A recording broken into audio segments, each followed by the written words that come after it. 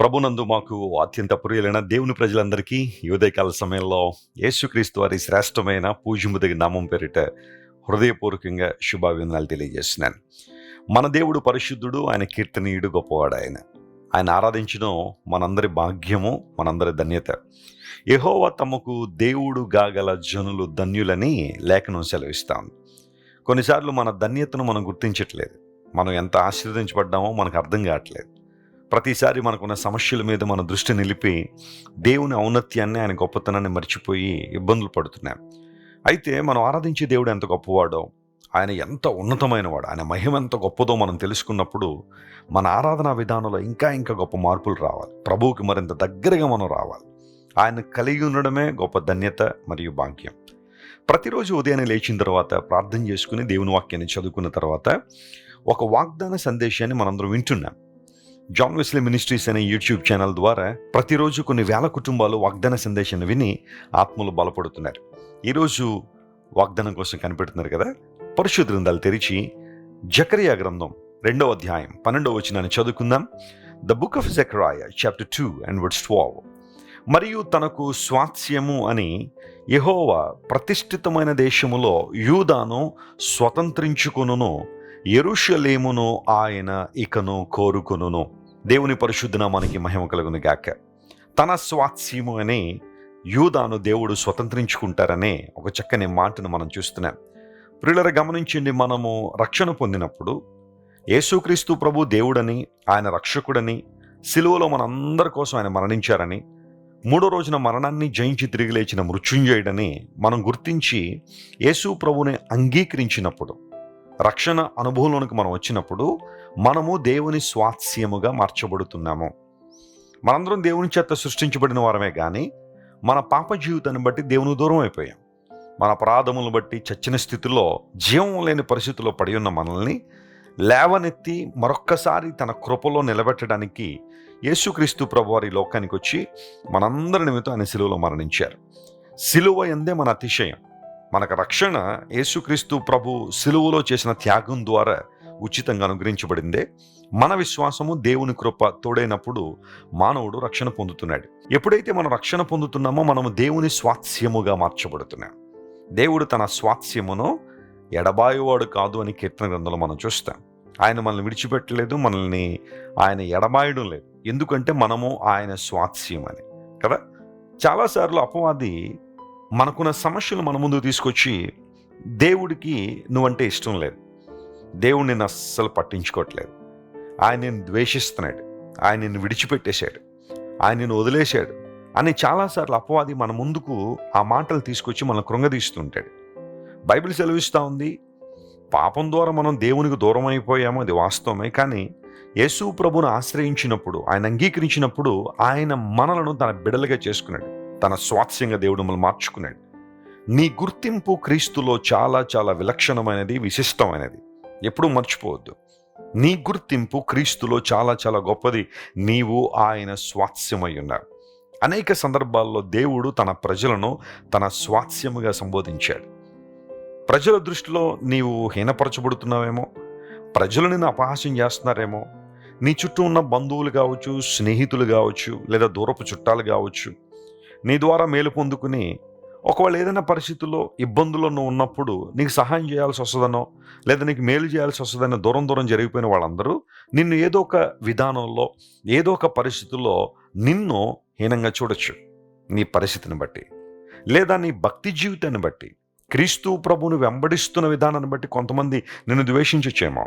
యేసుప్రభు వారు కూడా అదే అన్నారు కదా, నా నిమిత్తము జనులు మిమ్మల్ని నిందించి హింసించి మీ మీద చెడ్డ మాటలు పలుకున్నప్పుడల్లా మీరు ధన్యులు, పరలోకముందు మీ ఫలం గొప్పదై ఉంటుందని. జనులు నిందిస్తారు, హింసిస్తారు కొన్ని సందర్భాల్లో. అటువంటి పరిస్థితుల్లో క్రీస్తు ప్రభువులో మనం ఏమై ఉన్నాం, ఆయన మనను ఎలా చూస్తున్నాడు, ఈ విషయాన్ని గుర్తిస్తే, గ్రహిస్తే ఖచ్చితంగా గొప్ప ధైర్యాన్ని పొందుకుంటాం. నీతిమంతుడు సింహం వల్ల ధైర్యంగా ఉంటాడు. ఎందుకు ధైర్యం ఉంది అంటే ప్రభు మన పక్షాన ఉన్నాడు కనుక.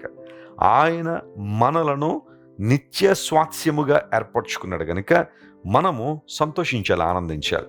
అంత మాత్రం కాకుండా ఆయన యెరూషలేమును కోరుకుంటున్నాడు. ఆయన యెరూషలేమును కోరుకున్నాడు. ఆధ్యాత్మిక భాషలో దేవుడు నిన్ను నన్ను కోరుకున్నాడు. ఆయన ఎంపికలో, ఆయన ఏర్పాటులో మనం ఉన్నాము. ఇది ఎంత గొప్ప అద్భుతమైన విషయం. క్రీస్తు ప్రభువులో మనం ఏర్పరచబడ్డాం. పేతురు మహాశయుడు కూడా ఇదే విషయాన్ని తన పత్రికలో రాస్తూ, ఒకప్పుడు మనందరం చీకట్లో ఉన్నాం, కానీ ఇప్పుడు క్రీస్తునందు మనం వెలుగై ఉన్నాం. ఆశ్చర్యకరమైన తన వెలుగులో దేవుడు మనల్ని నడిపించాడు. ఎందుకు అంటే ఒక ఉద్దేశం ఉంది, ఒక పర్పస్ ఉంది. మనందరం కూడా క్రీస్తు ప్రభు యొక్క నామమును ప్రచురించేయనట్లుగా, ఆయన స్తోత్రమును ప్రచురించేయనట్లుగా, రాజులైన యాజక సమూహంగా, ఏర్పరచబడిన వంశంగా, ఆయన సొత్తైన ప్రజలుగా మనం ఉన్నాం. ఎంత ధైర్యాన్ని ఇచ్చే మాట అంటే, మనము దేవుని సొత్తు, ఆయన స్వాస్యము, అంతమాత్రం కాకుండా ఏర్పరచబడిన వంశం. యోహాను సువార్త 15వ అధ్యాయంలో మాట ఉంటుంది, మనందరం ఫలించాలని క్రీస్తు ప్రభు మనల్ని ఏర్పాటు చేసుకున్నారు. నువ్వు ఫలములు ఫలించే వ్యక్తిగా ఉండాలని ప్రభు నేను ఏర్పాటు చేసుకున్నారు. ఆయన ఏర్పాటు చాలా గొప్పది. ఆయన యెరూషలేమును కోరుకున్నారు. యేసు ప్రభు వారు మట్టల ఆదివారం రోజున ఆయన యెరూషలేములను ప్రవేశించేటప్పుడు ఆయన ఒక గాడిద పిల్లను కోరుకున్నారు అని లేఖనాలు సెలవిస్తున్నాయి కదా. ఆయన ప్రయాణం చేయాలనుకుంటే గొప్ప గొప్ప వాహనాలు ఎన్నో ఆయనకు వచ్చి ఉండొచ్చు, కానీ ఒక అతి సామాన్యమైన ఒక కోల్ట్, ఒక గాడిద పిల్లను యేసు ప్రభు కోరుకుని దాని మీద ఆయన ప్రయాణం చేశారు. దేవుని యొక్క ఉద్దేశం, ఆయన యొక్క లక్ష్యం ఎప్పుడూ కూడా అతి సామాన్యమైన వస్తువులను లేదా మనుష్యులను ఆయన ఎంపిక చేసుకుని వారి ద్వారా అసాధారణ కార్యాలు జరిగించాలని దేవుడు ఆశిస్తున్నాడు. ఈరోజు నిన్ను కోరుకున్న దేవుడు నీ ద్వారా గొప్ప కార్యాలు జరిగించడానికి ఇష్టపడుతున్నాడు. ఆయన కృంగిపోవద్దు, నువ్వు అధైర్యపడద్దు. దేనికి ఇంక అయిపోయింది, నా జీవితం ముగించబడిపోయింది, నేను ఓడిపోయాను, నేను వైఫల్యం చెందానని నువ్వు దుఃఖపడాల్సిన అవసరం లేదు. క్రీస్తు ప్రభు నామములో ఉన్న శక్తిని ఆశ్రయించి ఆయన కోసం నువ్వు నిలబడినప్పుడు ఆయన నిన్ను కోరుకున్నాడు. నీ ద్వారా ఆయన సంకల్పాలు, ఆయన ఉద్దేశాలు, ఆయన ప్రణాళికలు నెరవేర్చబడని దేవుడు ఆశిస్తున్నాడు. ప్రియ సహోదరుడా, అంతా అయిపోయిందని బాధపడుతున్నావా? లేదు, ఇంకా చాలా ఉంది. దేవుడు నిన్ను ఉపయోగించుకోవాలని ఆశపడుతున్నాడు. ఆయన తన మహిమ రాజ్యము కొరకు ఆయన నిన్ను వినియోగించుకోవాలని కోరుతున్నాడు. ఆయన నువ్వు సిద్ధపడితే అద్భుతాలు జరుగుతాయి. ఈ వాగ్దానాన్ని రోజంతా క్లెయిమ్ చేయండి, ప్రభువును స్తుతించండి, గణపరచండి, మనస్ఫూర్తిగా దేవుని ఆరాధించండి. ఖచ్చితంగా మీ జీవితంలో అద్భుతాలు చూస్తారు. ప్రార్థన చేసుకుందాం. ప్రేమగల తండ్రి, నీవు నిత్య స్వాస్యముగా మమ్మల్ని కోరుకున్న దేవుడు నాయన, నీకు స్తోత్రాలు. ఒకప్పుడు ఎందుకు పనికిరాని మేము, ఎందుకు కొరగాని మమ్మలను మీరు ఏర్పాటు చేసుకుని నీ బిడ్డలుగా అంగీకరించి నీ స్వాస్యంగా నీవు ఏర్పరచుకున్న వంశంగా మమ్మల్ని తీర్చిదిద్దావు. అందును బట్టి నేను స్తుతిస్తున్నాం ప్రభువా. ఈరోజు మా ప్రియులు ఎవరైతే దుఃఖంలో, కృంగుదలలో ఉన్నారో, అంతా అయిపోయింది, నా వల్ల ఏది కావట్లేదు, నేను ఓడిపోయిన వ్యక్తిని, వైఫల్యం చెందిన వ్యక్తిని అని దుఃఖపడుతున్నారో, వారందరినీ మీరే ముట్టి బలపరిచి అద్భుతాలు చేయమని కోరుతున్నాము. సకల ఆశీర్వాదములకు నువ్వు కారణభూతుడు గనుక మా ప్రియులు కావాల్సిన ప్రతి ఆశీర్వాదాన్ని వారి మీద కుమ్మరించండి. ఘనతయు, మహిమయు, స్తోత్రము, ప్రభావము నీకే ఆరోపిస్తూ యేసుక్రీస్తు వారి శ్రేష్టమైన నామం పేరిట అడిగి వేడుకుంటున్నాం తండ్రి. Amen, amen. God bless you dear friends. Have a wonderful day. ఈ మెసేజ్ మీకు దేవునికరంగా ఉంటే అనేక మందికి షేర్ చేయండి. దేవుని సువార్త పనిలో పాలుభాగస్తులవ్వండి. క్రైస్ట్ వర్షిప్ సెంటర్ ఓ బలమైన సంఘ ఉద్యమం. కొన్ని సంవత్సరాల క్రితం కేవలం 2 ప్రారంభించబడిన పరిచర్య నేడు ప్రపంచవ్యాప్తంగా లక్షలాది మందిని ప్రభావితం చేయుచున్నది.